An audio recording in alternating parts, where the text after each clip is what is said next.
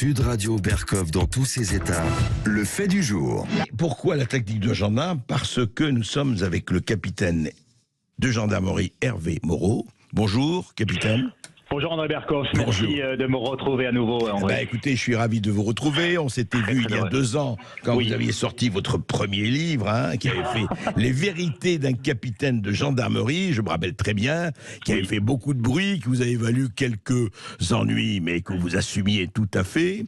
Absolument. Et vous venez de sortir un second ouvrage, Candidat libre.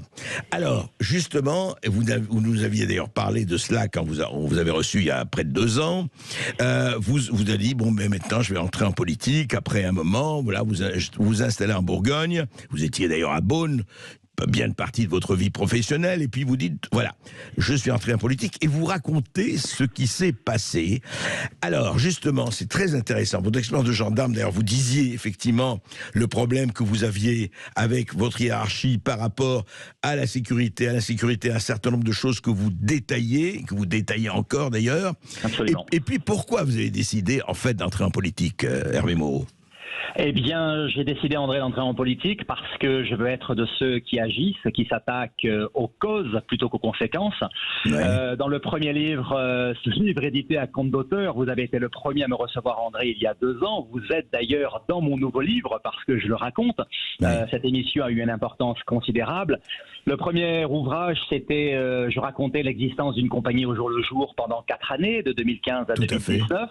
Ouais. Et dans la suite de l'histoire, puisqu'elle m'a été demandée par tout mon lectorat, je raconte eh bien l'engagement d'un capitaine de gendarmerie en politique. Candidat libre aurait pu s'appeler d'ailleurs un capitaine de gendarmerie en politique, mais je tenais à ce titre qui est très révélateur de ma personnalité, de votre démarche. Juste, votre livre Candidat libre est édité toujours en auto-édition ou vous êtes chez les éditeurs? Alors, suite au succès de Vérité, la capitaine de gendarmerie, ce livre auto-édité qui est devenu best-seller, il a dépassé les 18 000 exemplaires vendus. Succès phénoménal, fait unique dans le milieu de l'édition. Eh bien, nous avons créé, avec Laetitia, mon épouse, notre maison d'édition, petite et modeste, la librairie du capitaine, la maison d'édition qui sort du rang, qui vise à éditer d'autres auteurs, tous ceux qui sont en première ligne, pompiers, soignants, enseignants.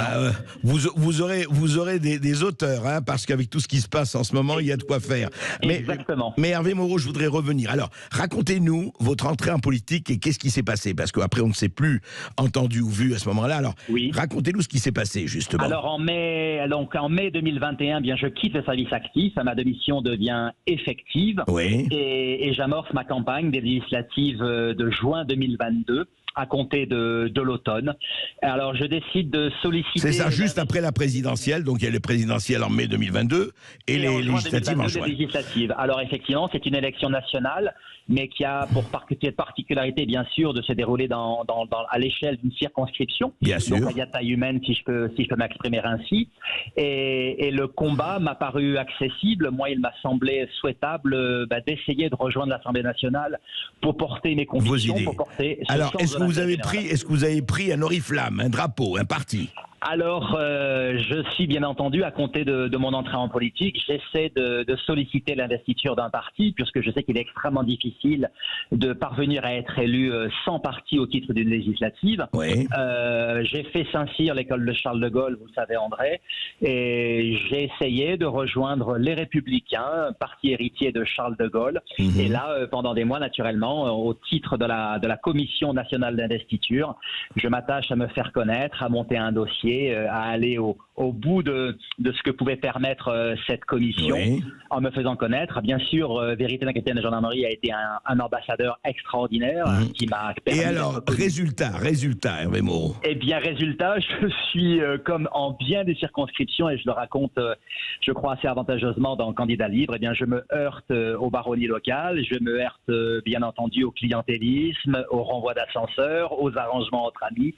Et lorsque je passe en commission nationale, eh bien, ma candidature est dézinguée par un député que je ne connais pas, certainement sur requête et demande d'autres, et je n'obtiens pas l'investiture, bien sûr. Alors, qu'est-ce que vous faites? Et je décide à ce moment-là eh bien, je réfléchis parce que n'ayant pas obtenu l'investiture des Républicains, eh bien, je sais que le combat pourra être vain peut-être, même s'il sera certainement prometteur. Et il se trouve à ce moment-là que l'on me propose d'autres partis de droite, on me propose l'investiture du Rassemblement national, on me propose l'investiture de Reconquête et on me propose l'investiture de Debout la France. Oui. Alors la question est posée, elle est absolument essentielle bien sûr, et avec panache et courage, je décide de les refuser toutes les trois, de me présenter en candidat libre, d'où le titre du livre. D'accord. Pourquoi vous n'avez voulu accepter aucune de ces étiquettes, des trois étiquettes? Parce qu'à compter du moment où je n'avais pas obtenu l'investiture du parti héritier de Charles de Gaulle, je me suis dit, Hervé, présente-toi sur ton seul nom avec courage. C'est du panache, bien entendu, mais la politique a également besoin de panache. Et je décide d'y aller seul, avec mes soutiens, avec tous ceux qui croient en moi, de monter cette candidature. Et puis, je fais une année de porte-à-porte. Et je me dis que j'ai 53 ans, que j'ai le temps, oui, et que c'est méritoire d'essayer d'y aller sur ses seules idées, sur sa seule personne. Alors, comment ça s'est passé, Hervé Moreau, justement? Vous le racontez tout ça dans le livre, que je conseille évidemment, parce que c'est une expérience humaine très forte. Mais comment ça se passe? Alors, sur le terrain, vous ratissez le terrain, comme on dit, vous vous présentez en candidat libre, justement, sur votre nom. Alors, comment ça se passe? Eh bien, de manière très très concrète, ça se passe par du porte-à-porte tous les jours, par une présence sur les réseaux sociaux, en utilisant les techniques modernes de communication.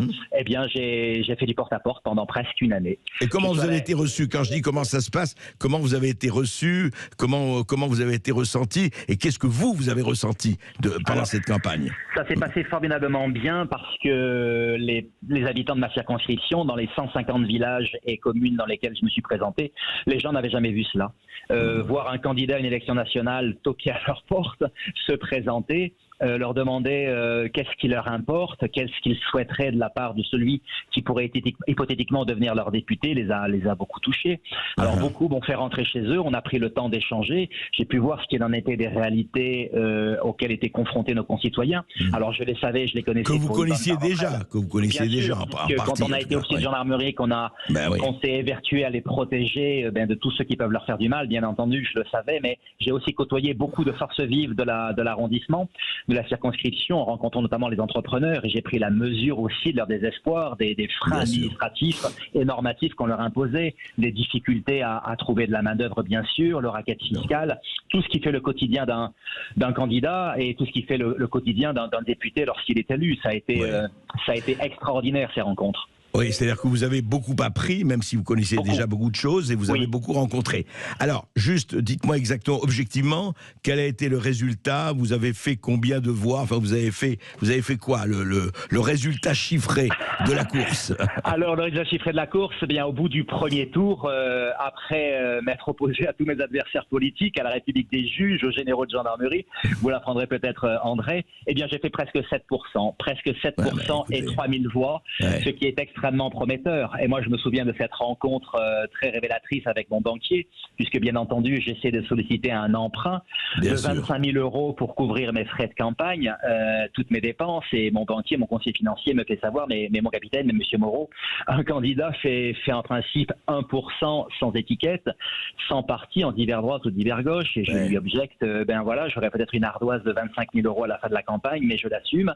C'est cela aussi le courage. Et j'ai fait presque 7%. C'est extrêmement prometteur et je serai donc remboursé de mes frais de campagne. Oui, tout à fait. Vous avez fait autant que Reconquête nationalement, quoi, pour la présidentielle. J'ai fait presque autant de Reconquête. Sur 12 candidats, je suis arrivé en 5e position. La candidate qui a obtenu l'investiture des Républicains est arrivée 4e. Alors beaucoup m'ont dit depuis, Hervé, si tu avais obtenu l'investiture des Républicains, tu aurais peut-être pu l'emporter, devenir député et rentrer à l'Assemblée nationale. D'autres m'ont dit également, si tu avais accepté l'investiture du Rassemblement national, mon ami René Lioré a fait 46% au second tour, eh bien tu aurais peut-être pu dépasser les 50% et être à l'Assemblée, peut-être. Mais vous allez, alors justement Hervé Moreau, vous allez persister et signer? Vous allez continuer en politique? André, je vais persister, je vais signer, je vais continuer à porter mes convictions, mes valeurs, tout ce en quoi je crois. Fort de cette expérience extraordinaire, forte de la confiance de près de 3000 personnes qui ont voté pour moi. En dépit, rappelez la circonscription, pardon.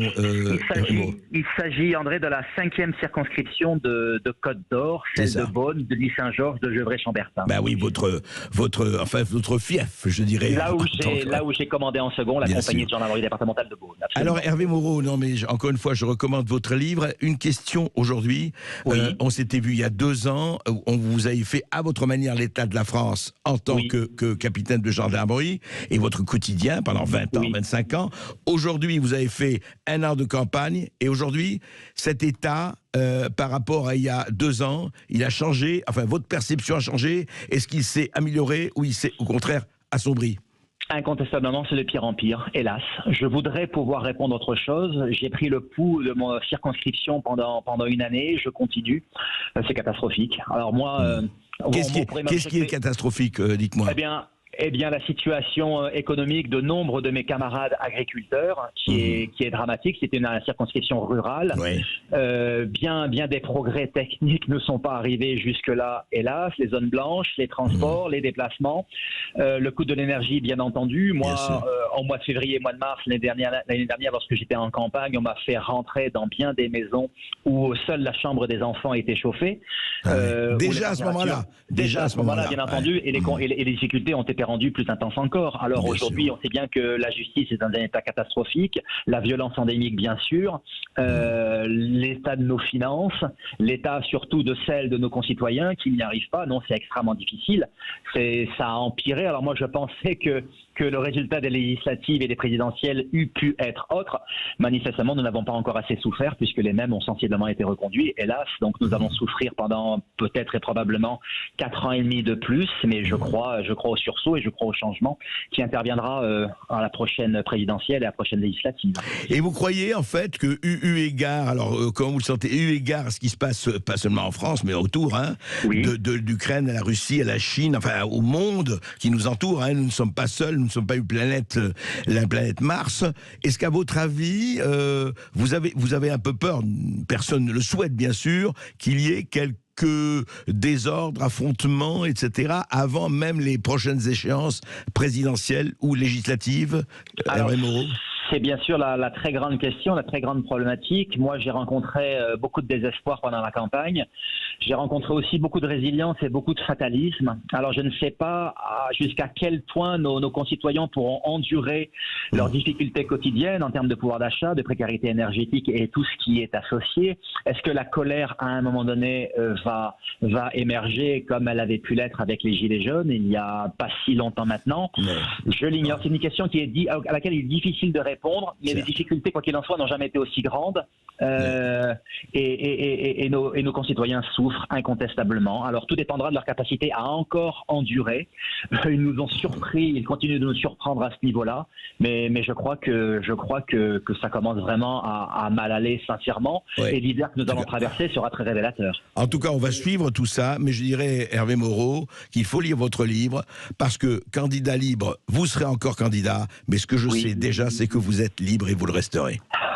Absolument, André. Et je tiens à préciser également qu'il est, j'ai le talent pour écrire ce qui n'a jamais été écrit. Jamais une compagnie de gendarmerie n'avait été racontée. Jamais une élection législative n'avait été racontée. Mais surtout ce livre. C'est une élection législative. Il y a eu beaucoup de bouquins sur les élections législatives, mais pas par un gendarme. Non. Là, vous n'êtes pas le premier, cher Hervé Moreau. Mais je compte sur vous pour continuer. À très bientôt. Merci, André. Merci. Au revoir.